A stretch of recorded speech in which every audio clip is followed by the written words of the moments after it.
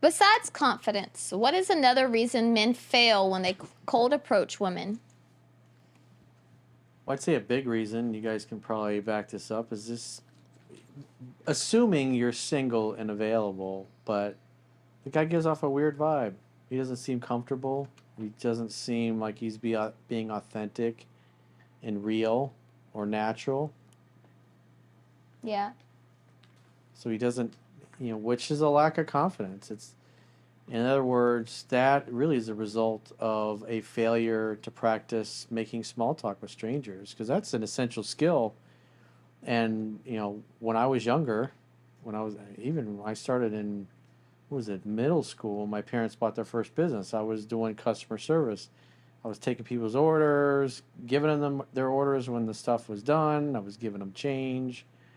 And so I had to learn people skills and communication skills. And you meet people that are nice and friendly. You get some people that are kind of assholes. You get some really beautiful women who are really nice.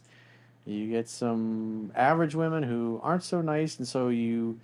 And then later on, as I got older, I worked in a company called Service Merchandise. So I was doing customer service. I was sales. I'm selling treadmills, exercise bikes, video games. I mean, patio furniture, different types of grills, even guns. Back then we had different rifles and shotguns that we sold there. And so that was part of what we did to sell things back then.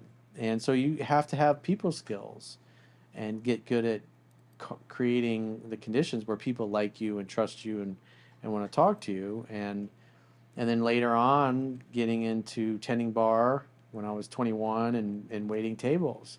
You're dealing with drunk people. You're dealing with people hitting on you. You're dealing with hot girls that hit on you. You're dealing with as a guy, dealing with gay dudes that are hitting on you. You deal with anything and everything. You're put in all kinds of uncomfortable situations, or you're the only person at the bar.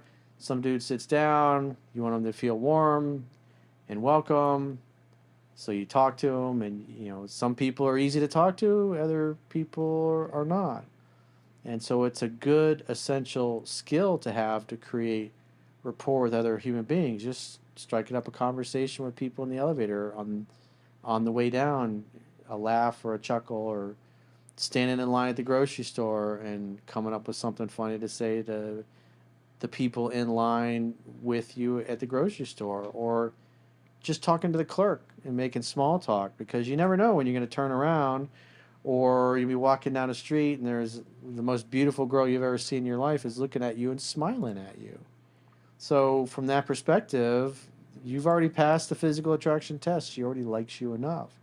And if you have rehearsed and practiced striking up conversations and making small talk with strangers of all shapes and types and sizes, then this smoking hot girl that you see there, it should be very easy to walk over to her and start a natural conversation.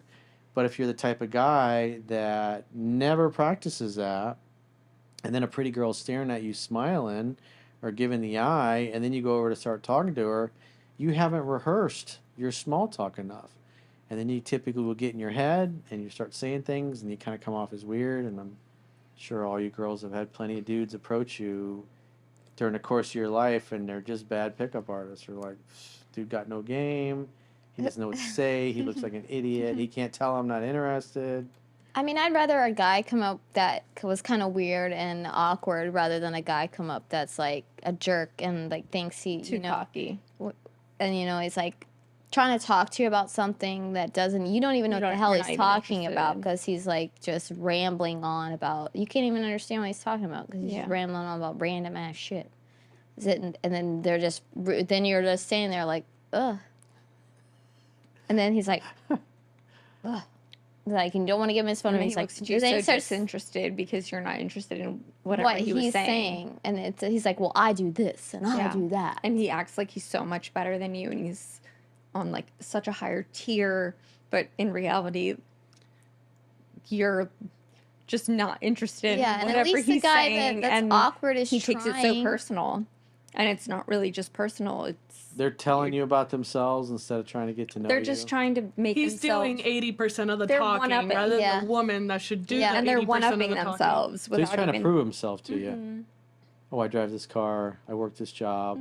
I wear these clothes. I shop at these places. I live in this neighborhood. Oh, I live here during this part of the year. I had a guy one time, it was like a couple months ago, he's like, well, I work for Tony Robbins. And I was like, oh, okay. And I was like, and I told him who you were. And he goes, I don't know who that is. And I said, okay, well, I don't care. Please leave me alone. Stop talking to me. Like, he doesn't even know who he is. Like, how? I was just like, I don't care who you are. Like, so he was arrogant and full of himself? Yeah, and I was just like, okay. And how dare you not know who he is and how important the people are that he knows? Yeah, exactly. And I was just like, okay, that's great. Honestly, I just want to eat my food. I don't know why you even came up and talked to me while I'm eating by myself, enjoying my lovely branzino. And now you've effed it up. My branzino is getting cold. Can you please just leave? Thank you, sir. Wait, so he didn't know who Tony Robbins was? No, the guy worked for, he said he worked for Tony Robbins. And I was like, oh, well, that's great. And then I told him, I was like, I work for Coach Corey Wayne. And he goes, well, I don't know who that is. Oh. And I was just like, okay. And I was like, well, I don't know who you are. And honestly, I don't care to know who you are. Please go away. I thought you said that he didn't know who he was, like himself. No. I got that completely. What did he say when you told him that?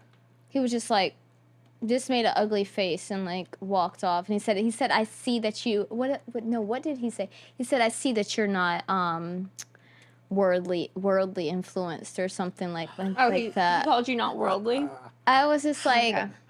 What? Well, clearly he's not worldly. And then the same day, this guy was it looked like he was on a date with a girl sitting at the bar, and I'm still trying to enjoy my branzino. The girl gets up and leaves, and then he gets up and walks over and starts talking to me, and he goes, that wasn't my girlfriend, by the way. That was just my roommate.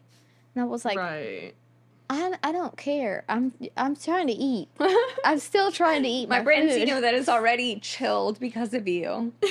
Yeah. It's now getting cold. Pickup artists in a row. Yeah, and then the other guy came up to me, and I was just like, he drives around town, Blake. I can't say who it is, but he's known around the town, and known around town. Yeah, and he's an older guy, but he's just like he's a scumbag, and like tries to be cute, and I was just like, okay, and then somehow I guess I ended up calling him like homosexual. I didn't mean to. But he was, like, saying something, and I just, you know how I am. I just say things. And then he just, like, huffed and puffed and walked off. And I was like, the guy sitting beside me, he's like, what? I was like, what's wrong with that guy? And he goes, well, you pretty much turned him down, told him you had a boyfriend, and called him gay all in one get-go. So I was like, oh, all right, fine then. So, guys. Expecting nothing less from the daughter of a homosexual Southern girl. Yeah, I'm like. Yeah, your dad was gay, right? Yeah, my mom and my dad are gay. Mm-hmm. So. And you have a brother that's gay? No. Oh, well, my adopted sister has I don't know. I don't know what she's going through. That was one of the other girls that used to be on the podcast. Yeah. Yeah. No. That's another girl. I am an only child. She's but anyways, yes. A child of God. So guys. Sometimes it's okay to be awkward. You can correct yourself from being awkward. Sometimes you cannot pull yourself from being an asshole. It is totally okay to be an asshole when you need to be.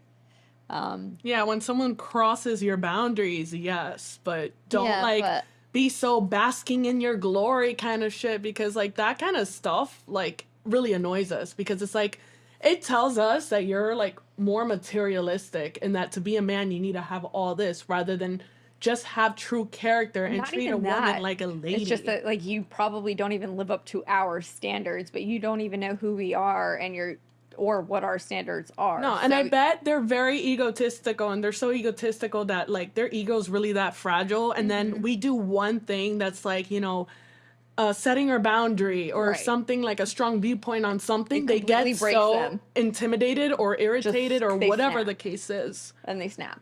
And that's it. We just completely break them and they turn into females. Yeah.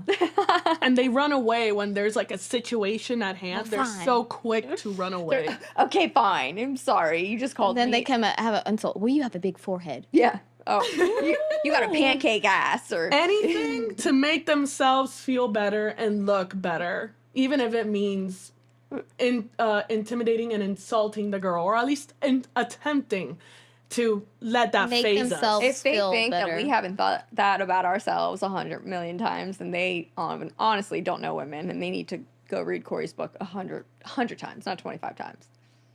No, 25 is too little for them. They clearly need way more. They're not worldly enough.